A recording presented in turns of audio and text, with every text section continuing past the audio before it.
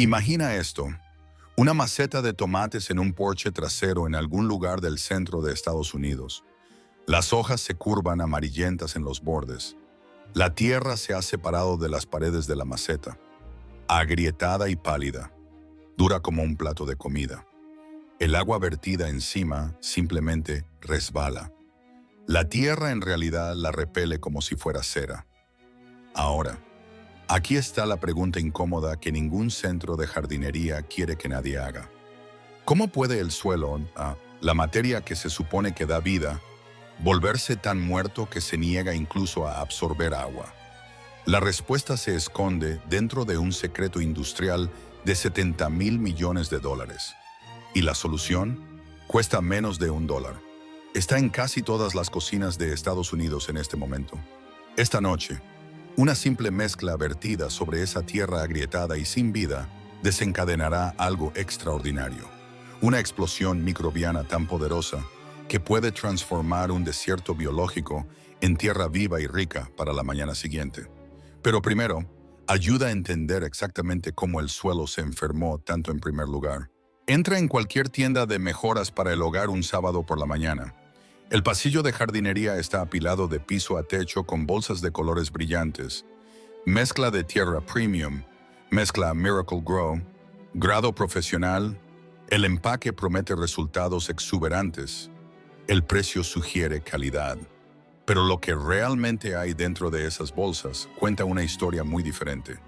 Para cumplir con las regulaciones de seguridad agrícola y producir un producto uniforme y libre de malezas, los fabricantes de tierra comercial someten sus mezclas a un procesamiento extremo.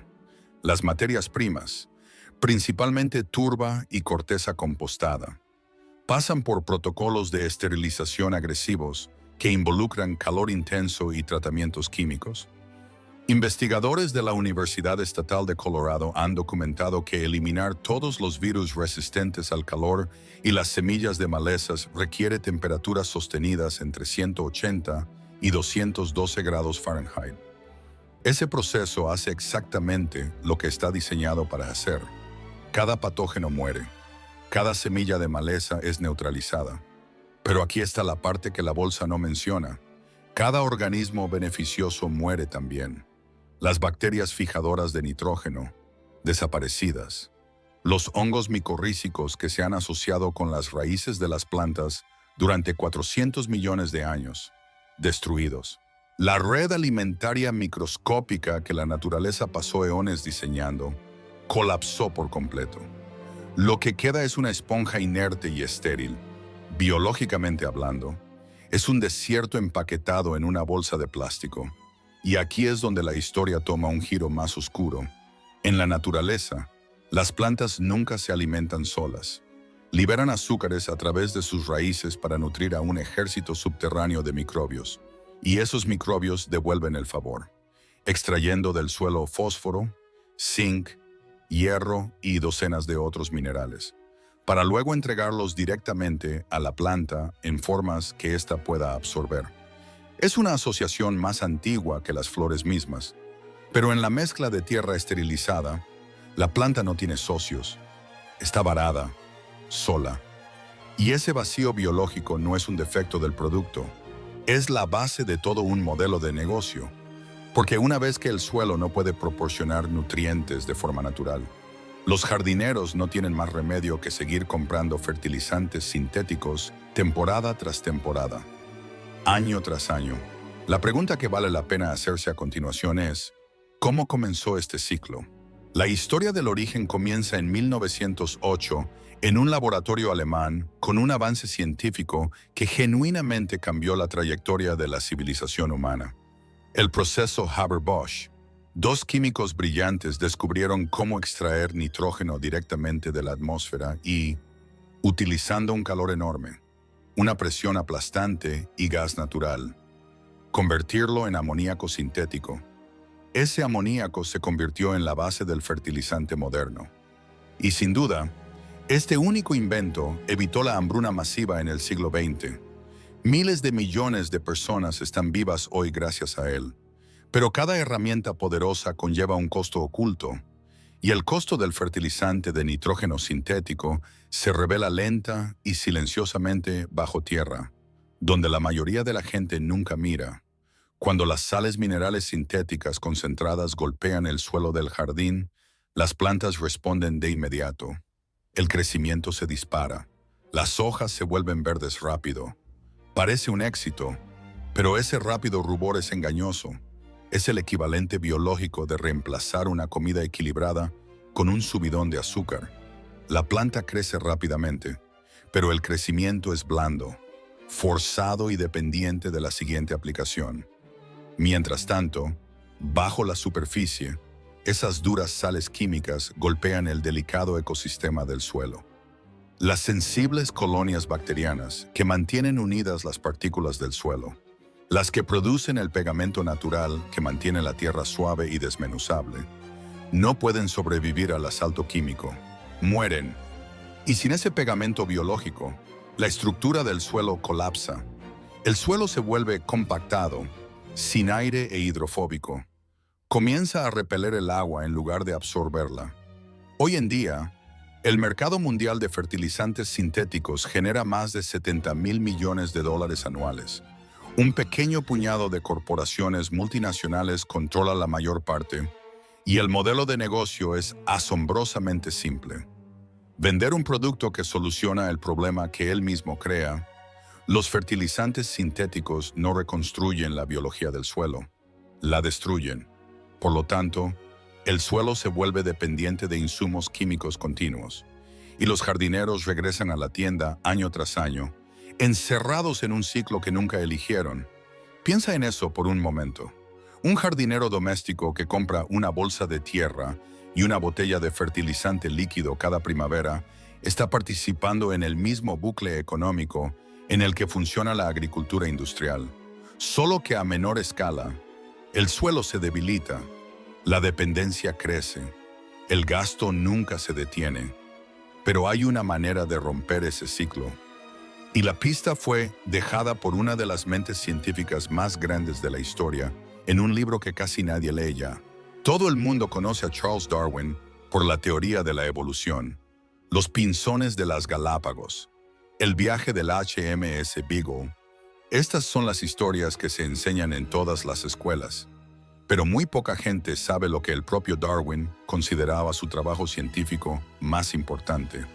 No se trataba de pinzones, se trataba de lombrices. En 1881, al final de su vida, Darwin publicó un estudio meticuloso titulado La formación de la tierra vegetal por la acción de las lombrices. Había pasado décadas, no meses, décadas, observando lombrices de tierra en su propio jardín, contándolas, midiendo su producción, viéndolas digerir hojas muertas y transformarlas en excrementos extraordinariamente ricos. Llamó a las lombrices de tierra los intestinos de la tierra, y lo decía literalmente. Son el sistema digestivo de un suelo sano. Las lombrices de tierra airean el suelo compactado, crean canales de drenaje.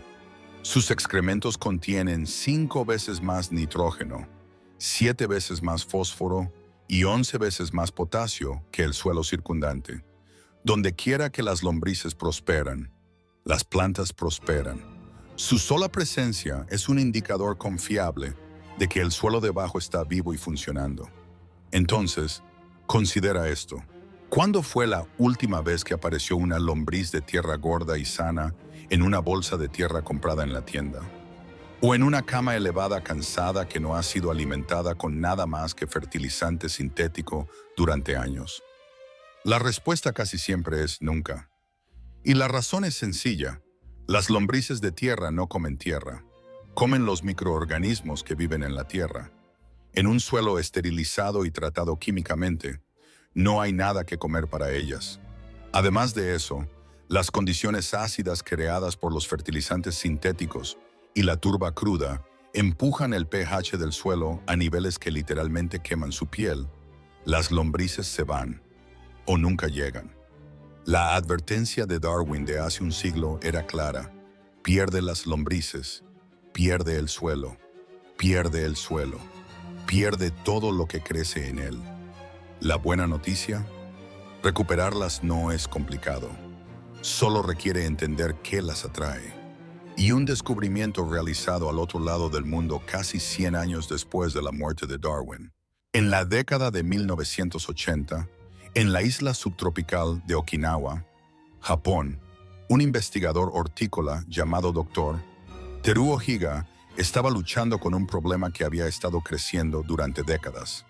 La agricultura química estaba produciendo rendimientos impresionantes a corto plazo, pero el daño a largo plazo a la salud del suelo se estaba volviendo imposible de ignorar. Los campos estaban perdiendo materia orgánica, las poblaciones de insectos beneficiosos se estaban desplomando, y los insumos químicos necesarios para mantener los mismos rendimientos seguían aumentando año tras año. El doctor Higa comenzó a hacerse una pregunta radical. ¿Qué pasaría si en lugar de alimentar a la planta directamente con químicos sintéticos, el enfoque cambiara a alimentar al suelo? Específicamente, alimentar a los organismos microscópicos que hacen que el suelo esté vivo. Comenzó a aislar microorganismos beneficiosos que ocurren naturalmente, muchos de ellos recolectados de algo tan ordinario como la superficie de granos de arroz sin lavar, y los combinó en consorcios cuidadosamente equilibrados. Llamó al concepto microorganismos eficaces o EM. En el centro de sus equipos microbianos se encontraba una superestrella en particular, Lactobacillus, comúnmente conocida como bacteria del ácido láctico. Ese nombre puede sonar clínico, pero no tiene nada de exótico. Lactobacillus es exactamente el mismo grupo de bacterias amigables en las que los humanos han confiado durante miles de años. Cada cucharada de yogur, cada bocado de pan de masa madre, cada tenedor de chucrut o kimchi, Lactobacillus está haciendo el trabajo. Lo que el doctor Higa y investigadores posteriores descubrieron fue notable. Cuando estas bacterias del ácido láctico se introducen en un suelo agotado, funcionan como un poderoso probiótico para la tierra. Suprimen los patógenos que causan enfermedades al competir con ellos. Descomponen la materia orgánica atrapada y la convierten en humus oscuro y rico. Desbloquean minerales que estaban químicamente ligados y no estaban disponibles para las raíces de las plantas.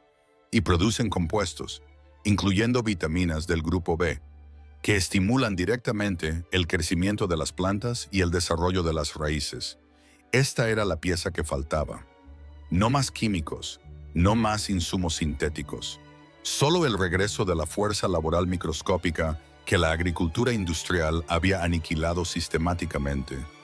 La ironía es difícil de ignorar. La humanidad ha estado fermentando alimentos con estos mismos organismos durante al menos 10.000 años.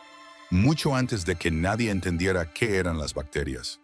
El conocimiento siempre estuvo ahí, solo necesitaba ser apuntado al suelo en lugar de al mostrador de la cocina. Y la parte más notable, cultivar estos organismos en casa no requiere laboratorio, ni equipo especial, y casi nada de dinero. Los ingredientes ya están en la cocina: arroz, melaza y ceniza. 3 ingredientes de cocina comunes, un proceso simple, y un resultado que ningún producto comercial en ningún estante de centro de jardinería puede replicar, porque lo que crea esta mezcla está demasiado vivo para sobrevivir en una bolsa sellada en el estante de un almacén durante meses. Aquí está exactamente cómo funciona. Paso a paso. Ingrediente 1. Agua de arroz fermentada, el iniciador biológico. La próxima vez que se cocine arroz para la cena, esa agua de enjuague turbia, que normalmente se va por el desagüe, es oro líquido. Está llena de almidones, carbohidratos complejos y oligoelementos.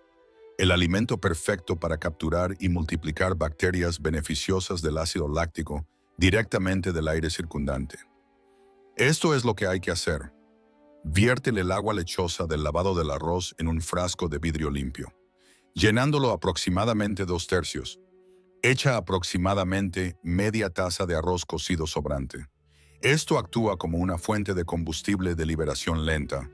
Cubre el frasco sin apretar con una tela transpirable o una toalla de papel asegurada con una banda elástica. Nunca los selles herméticamente. Las bacterias necesitan flujo de aire.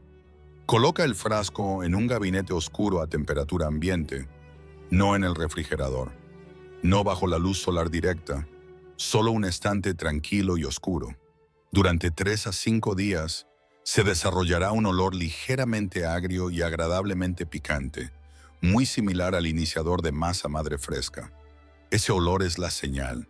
Lo que ha sucedido dentro de ese frasco es un milagro silencioso de fermentación. Las bacterias del ácido láctico se han estado multiplicando exponencialmente. Y para el 5.º día, ese humilde frasco de agua de arroz contiene cientos de millones de organismos beneficiosos por mililitro. Una fuerza laboral viva cultivada a partir de restos de cocina. Si el frasco huele fétido, podrido o fuertemente desagradable, algo salió mal. Deséchalo y comienza de nuevo. El olor correcto es limpio, agrio y ligeramente dulce, como el yogur o el vinagre suave. Ingrediente 2. Melaza de caña. El combustible de alto octanaje. El agua de arroz fermentada ahora contiene una población próspera de bacterias beneficiosas, pero antes de enviarlas al entorno duro y muerto del suelo agotado, necesitan una explosión masiva de energía. Esa energía proviene de la melaza de caña. La melaza de caña, el subproducto oscuro y espeso de la refinación del azúcar, es una potencia nutricional. Está cargada de azúcares simples para energía microbiana inmediata, además de hierro, calcio, magnesio y potasio. Es barata, ampliamente disponible y estable en el estante. Para preparar la mezcla final, diluye el agua de arroz fermentada en aproximadamente 1 galón, unos 4 litros, de agua limpia y sin cloro. Luego agrega de 1 a 2 cucharadas de melaza de caña hasta que se disuelva por completo. El efecto es inmediato. Esos azúcares simples golpean a la población bacteriana como combustible de cohete. Comienza una segunda ola de reproducción microbiana explosiva. Las bacterias comienzan a multiplicarse rápidamente y a secretar polisacáridos pegajosos, sustancias naturales que pronto actuarán como pegamento biológico, uniendo las partículas del suelo nuevamente en la estructura suave y desmenuzable que se supone que debe tener la tierra sana. Ingrediente 3. Ceniza de madera. El ancla mineral y corrector de pH. El último ingrediente aborda un problema químico crítico que la mayoría de los jardineros ni siquiera se dan cuenta de que existe. Las mezclas comerciales de tierra a base de turba son naturalmente muy ácidas, a menudo con un pH inferior a 5,0. En ese nivel de acidez, los nutrientes esenciales como el calcio y el fósforo se bloquean químicamente. No están disponibles para las raíces de las plantas, sin importar cuánto fertilizante se agregue. Y ese pH bajo es una de las principales razones por las que las lombrices de tierra evitan la tierra comercial. Quema su piel sensible. La ceniza de madera común, y sin tratar de una chimenea o fogata, es un material alcalino natural, rico en carbonato de potasio, sílice y oligoelementos. Es un excelente corrector de pH. Sin embargo, y esto es importante, la ceniza de madera cruda aplicada directamente a las raíces de las plantas puede ser cáustica y dañina. Es demasiado dura en su forma sin procesar. Aquí es donde la química de la mezcla se vuelve elegante. Agregar aproximadamente 1/4 de taza de ceniza de madera limpia a la mezcla de melaza y agua de arroz crea una reacción controlada. Los ácidos orgánicos producidos por las bacterias del ácido láctico neutralizan la alcalinidad dura de la ceniza cruda, convirtiendo esos minerales cáusticos en nutrientes suaves, biodisponibles y amigables para las plantas. La ceniza eleva simultáneamente el pH de la mezcla ácida a un rango que las lombrices de tierra y las raíces de las plantas prefieren. Usa solo ceniza de madera limpia y sin tratar. Nada de briquetas de carbón, nada de madera pintada o tratada a presión, nada de leños de chimenea con iniciadores químicos. Solo ceniza de madera dura común. Revuélvela, deja que reaccione durante 10 a 15 minutos. La mezcla ya está completa.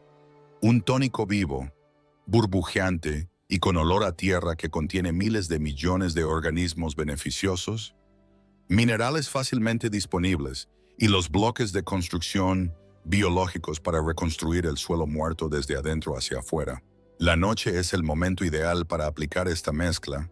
El sol se ha puesto, la evaporación disminuye y las temperaturas más frescas dan a los microbios su mejor oportunidad de establecerse antes del calor del día siguiente. Vierte la mezcla diluida lenta y generosamente sobre la superficie del suelo cansado y compactado, plantas en macetas, camas elevadas, parcelas de jardín descuidadas. El objetivo es la saturación completa, no una ligera nebulización. El suelo debe estar visiblemente húmedo en su totalidad. Luego aléjate, ve a dormir, deja que comience el turno de noche. Esto es lo que sucede en la oscuridad mientras nadie mira. El suelo estéril y compactado es hidrofóbico. Sus superficies están recubiertas con residuos minerales secos que repelen el agua, razón por la cual esa tierra agrietada envía el agua deslizándose por los lados de la maceta. Pero los surfactantes microbianos en esta mezcla rompen esa tensión superficial.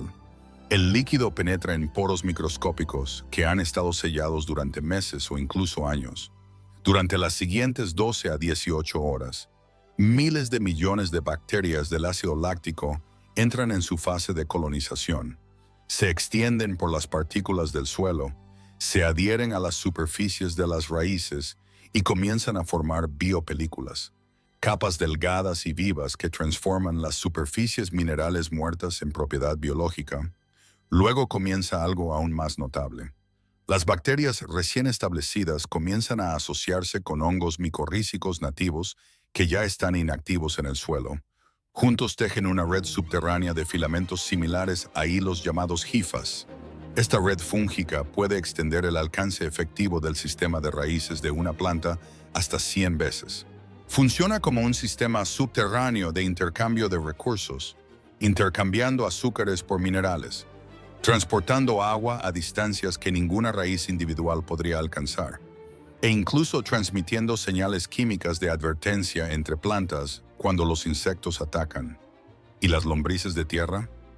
En cuestión de días, a veces en la primera semana, aparecen los primeros signos, pequeños excrementos en la superficie del suelo, túneles diminutos visibles cuando se remueve suavemente la tierra.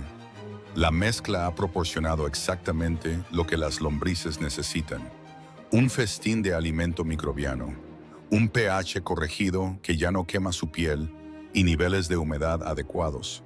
Los signos observables de éxito son sencillos.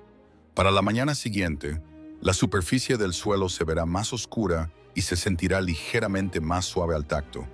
En una semana, el agua vertida encima se absorberá en lugar de escurrirse. En 2 o 3 semanas, la textura del suelo comienza a transformarse de dura, pálida y compactada a oscura, desmenuzable y esponjosa. El tipo de suelo que huele rico y vivo cuando se aprieta un puñado. Ese olor, la fragancia profunda, dulce y terrosa después de una lluvia cálida, tiene un nombre científico. Se llama petricor. Y es el olor de miles de millones de microorganismos haciendo exactamente lo que fueron diseñados para hacer. Esa tierra agrietada, pálida y repelente al agua, no necesitaba ser desechada. No necesitaba un reemplazo costoso, solo necesitaba recuperar su biología. Y ahora la tiene. Lo que sucede en una sola maceta de jardín refleja lo que está sucediendo a escala global. Y un ejemplo devastador reciente demuestra cuán alto es lo que está en juego. En 2021, el gobierno de Sri Lanka tomó una decisión dramática. Motivado por objetivos ambientales, el país implementó una prohibición total, repentina y de la noche a la mañana de todas las importaciones de fertilizantes químicos sintéticos. Se ordenó a los agricultores de toda la isla que cambiaran a métodos orgánicos de inmediato. La intención era noble. La ejecución fue catastrófica.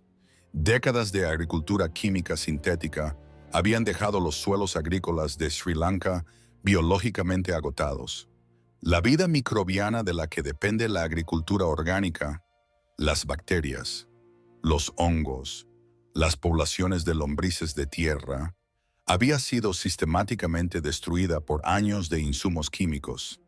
El suelo era, en efecto, adicto al fertilizante sintético, y cuando se cortó el suministro de la noche a la mañana, sin un plan de transición biológica en marcha, el suelo simplemente no pudo alimentar los cultivos.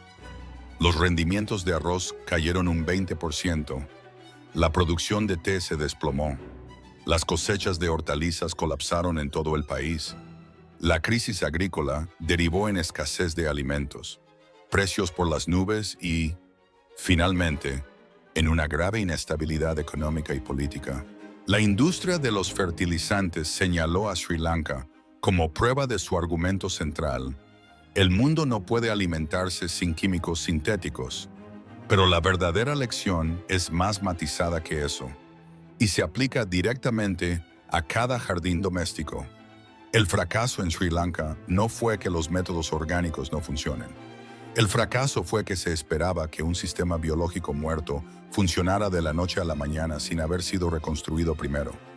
Nadie cultivó microorganismos autóctonos. Nadie hizo la transición de la biología del suelo gradualmente. Se eliminó la química, pero nunca se reemplazó la biología. Ese es exactamente el mismo error que cometen los jardineros cuando dejan de usar fertilizante sintético en suelo agotado y esperan que la naturaleza simplemente tome el control. No funciona de esa manera. La biología tiene que ser restaurada intencionalmente primero. Una mezcla de cocina de $1 no solucionará la crisis agrícola de una nación de la noche a la mañana, pero representa algo poderoso, un enfoque descentralizado y basado en la ciencia para la regeneración del suelo que cualquiera puede practicar. No se requiere mandato gubernamental. No se necesita una cadena de suministro corporativa. Solo millones de jardineros reconstruyendo silenciosamente la biología bajo sus propios pies. Un frasco de agua de arroz fermentada a la vez. Así que a esto se reduce todo. Un frasco de agua de arroz, una cucharada de melaza, una pizca de ceniza de madera. 3 cosas que no cuestan casi nada combinadas en una mezcla que hace lo que ninguna bolsa de fertilizante sintético ha hecho jamás. Devuelve la vida al suelo. Esta noche, guarda el agua del arroz. Busca la melaza en el fondo de la despensa. Recoge un puñado de ceniza de la chimenea. Prepáralo. Viértelo sobre la maceta de tierra más cansada y descuidada del jardín. Y mañana por la mañana, sal y toca esa tierra. Se sentirá diferente, olerá diferente, y en unas pocas semanas crecerá de manera diferente, porque por primera vez en posiblemente años, ese suelo no solo estará sosteniendo una planta, la estará alimentando. Las lombrices volverán, las raíces llegarán más profundo, y ese tomate, el que no ha sabido bien en años, podría recordarle a alguien al que solía cultivar su abuela. Hasta la próxima. Mantén tus manos en la tierra y tu corazón cerca de la tierra. Feliz jardinería. Si esta historia cambió tu forma de ver la vida bajo tus pies, suscríbete y dale me gusta al canal. Estamos excavando la historia biológica que intentaron enterrar. Planta el futuro. El próximo tesoro de la tierra será revelado pronto.